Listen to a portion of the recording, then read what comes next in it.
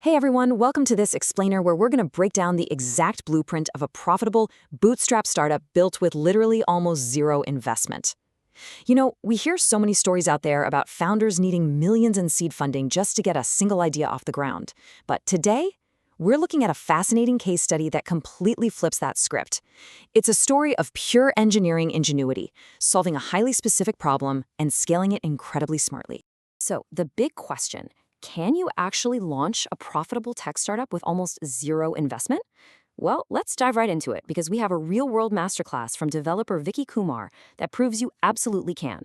See, Vicky didn't wait around for a massive capital injection or a fancy office space. He just used what he had, looked at the tools readily available to him, and built a fully functional SaaS business completely from the ground up. We're going to treat this explainer like a playbook today.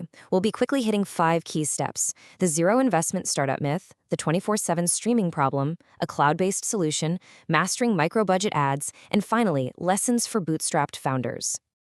All right, Section 1, the zero investment startup myth. Let's start by shattering a massive misconception about what it actually takes to build a successful software company today. It's a mental roadblock that stops so many amazing ideas before they even begin.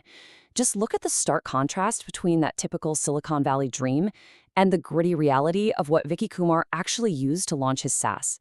He didn't rent expensive infrastructure. Instead, he heavily relied on free cloud resources whenever possible.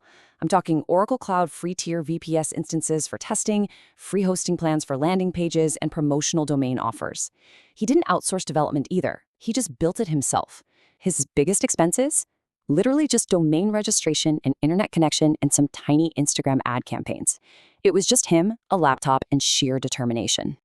Moving right along to Section 2, the 24/7 streaming problem.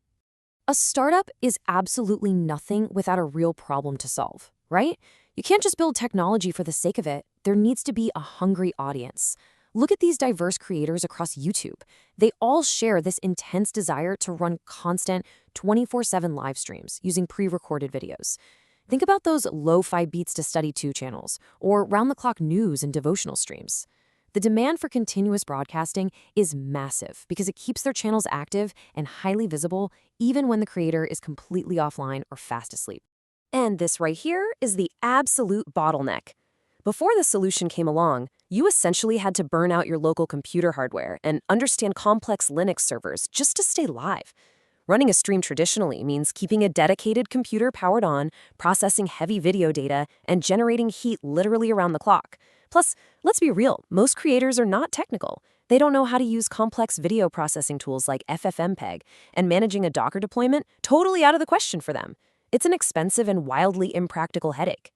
Which brings us to Section 3, a cloud-based solution. The crucial turning point here is how Vicky moved all that heavy processing burden entirely into the cloud, using Python, Django, and Docker. He took his backend engineering expertise and applied it directly to this massive creator pain point. He built a platform called 24/7 Stream, which operates on this beautifully simple, singular premise. He effectively shifted the physical hosting work from the user's overheating, melting laptop directly to high-performance cloud servers.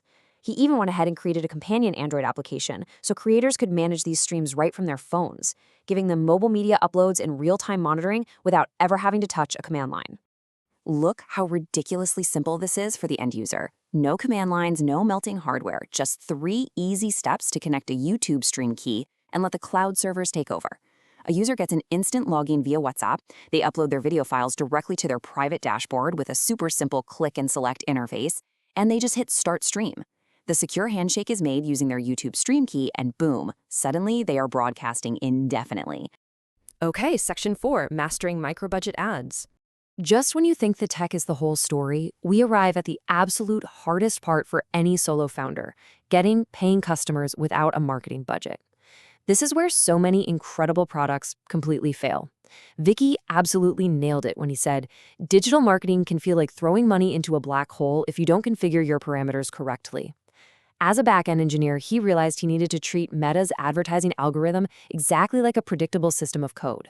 He understood that scaling a SaaS isn't about throwing massive budgets at a wall to see what sticks. It's about configuring your inputs carefully and setting the right parameters so the algorithm actually works for you rather than against you. Let's actually look at the hard data and see how this builds, because these are the exact metrics from a highly optimized 4-day campaign. Notice the total spend here, just 756 rupees. That is incredibly low, yet it yielded 180 direct website visits to his checkout page at just 4.20 rupees per visit, but more importantly, it generated 6 highly qualified direct messages from people ready to buy. That is staggering efficiency. That breaks down to an astonishingly low micro budget of about 191 rupees a day. That's basically nothing. But what it does is it forces the algorithm to hunt for the absolute cheapest, high-quality clicks. See, if you feed an algorithm a massive budget on day one, it gets lazy. It just buys expensive, broad traffic. By throttling the daily budget to this micro level, Vicky ensured the bot had just enough fuel to get optimization events, but was forced to be incredibly efficient with every single penny. Now, here is a lesson that will absolutely save your next business. You must let the campaign run for a minimum of 4 days so the bot actually completes its learning phase. A classic founder mistake is launching an ad, seeing a sky-high cost per click on day one, totally panicking, and turning it off. You have to understand that the algorithm is actively spending your money early on to test different pockets of the audience. By days 3 and 4, it optimizes, it finds the actual buyers, and your costs just plummet.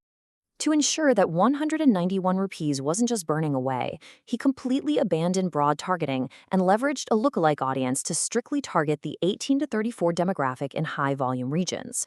Rather than guessing with generic tags like technology, he told Meta to find clones of his already highly engaged followers.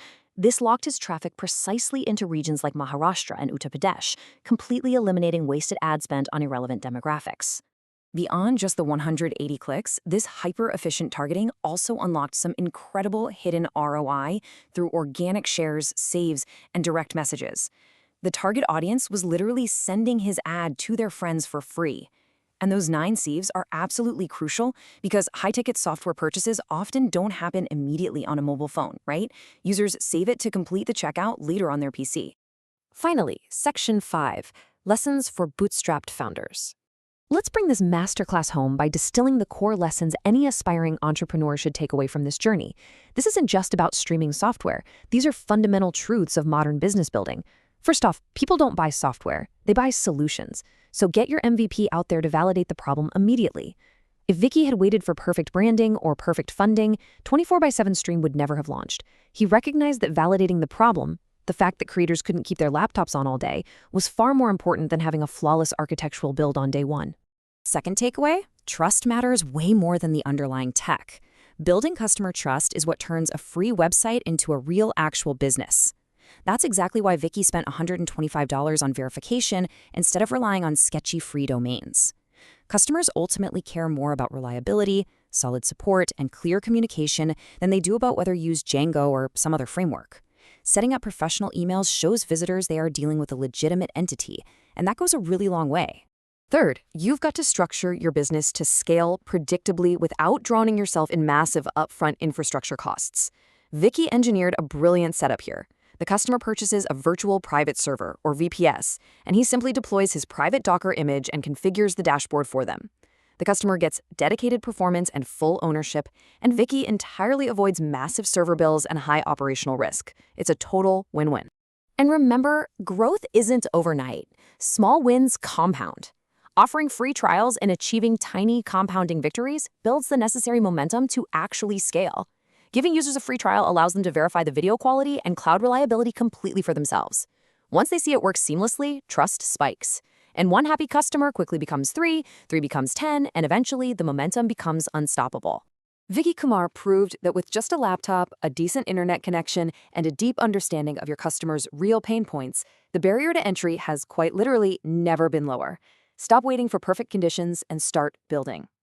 So as you look at your own ideas today, ask yourself, are you still waiting for funding, or are you ready to launch a solution today?